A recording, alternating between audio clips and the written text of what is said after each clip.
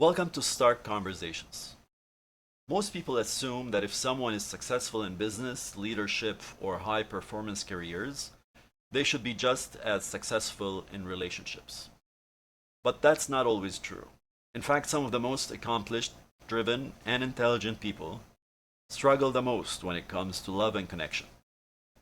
They can build companies, lead teams, and dominate their industries. But when it comes to personal relationships, things fall apart. They feel misunderstood, disconnected, or constantly pulled between ambition and intimacy. Is it just bad luck? Or is there something deeper at play? The truth is, high achievers aren't bad at relationships. They're just wired differently.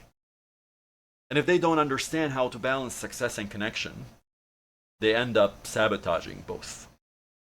Today, I'm gonna break down why this happens and how to fix it before it costs you the relationships that matter most. The biggest reason high achievers struggle in relationships is because the skills that make them successful in business are often the exact opposite of what relationships require. High achievers are driven by goals, but relationships aren't about checklists. They thrive as independent problem solvers, but relationships require shared experiences, not just efficiency.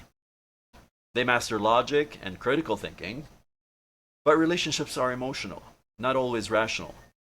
This creates a major disconnect. In business, being relentless, analytical, and focused on results is what makes you win.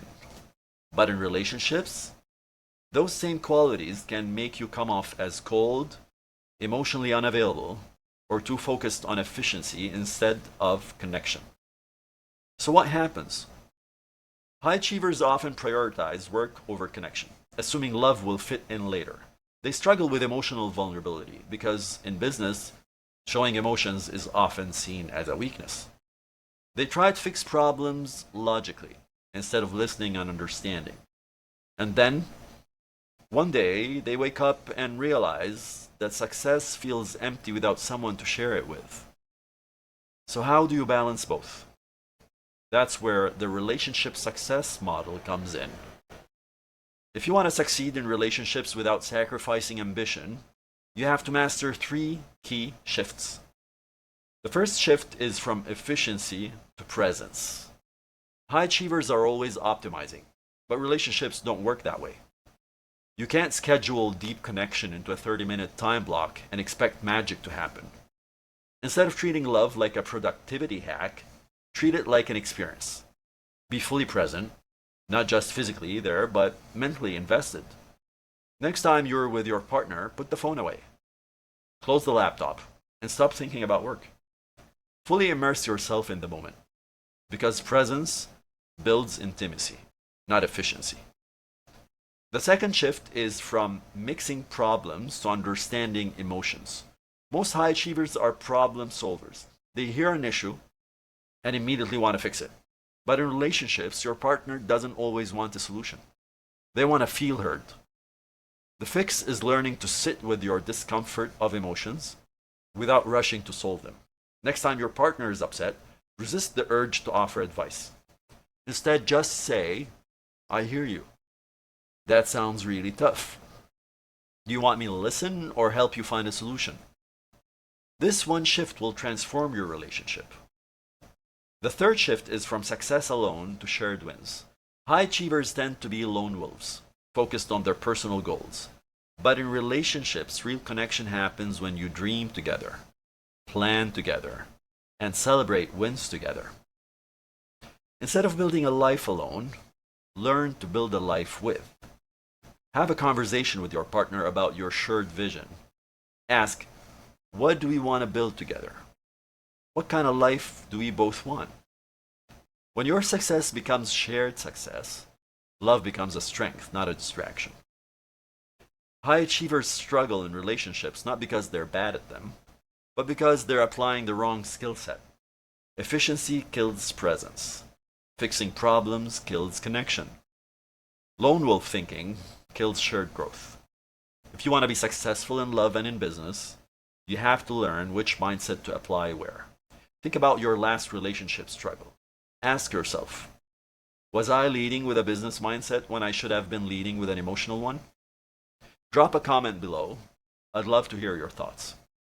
And if you want to go deeper into this, check out this month's issue of The Stark Perspective, where I break this down with real-world examples. Next week, we're talking about how to spot patterns others don't, so you can predict opportunities before they happen. Subscribe, and I'll see you in the next one. Before we wrap up, I pulled a question that fits perfectly with today's topic. What's the one thing high achievers need to unlearn to have better relationships? I love this question because the answer is simple but not easy. High achievers need to unlearn the idea that relationships can be optimized the same way businesses or projects can. Most people who are successful in their careers believe that if they just work hard enough, they can fix anything. But relationships don't work on a timeline. They don't have clear KPIs, and they don't reward efficiency. In fact, the more you try to control love with logic, the more disconnected you become. You don't optimize relationships, you nurture them.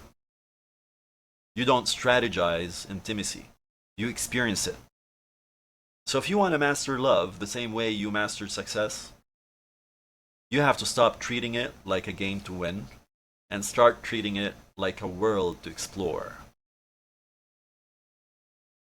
There was once a successful businessman who had mastered every aspect of his life, except relationships.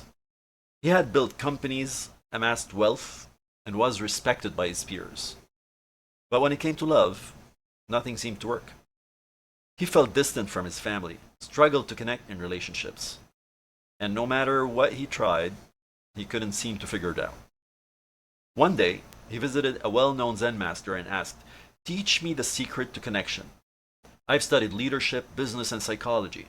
Just tell me the method and I'll master it." The Zen master smiled and offered him tea. As he poured, the businessman noticed that the tea kept overflowing, spilled onto the table. "Stop," the businessman said. "The cup is already full." The Zen master nodded. "And so is your mind," he said. "You are so full of what you think you know, there's no space left for something new." If you want to master relationships, you must first empty your cup.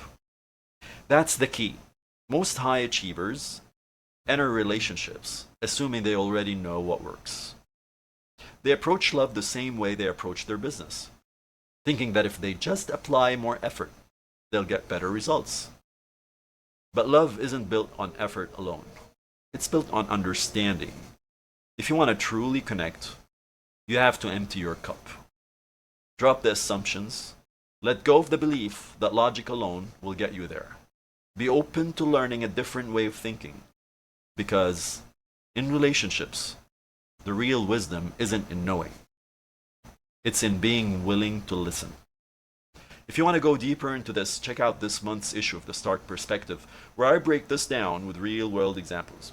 Next week, we're talking about how to spot patterns others don't, so you can predict opportunities before they happen. Subscribe, and I'll see you in the next one.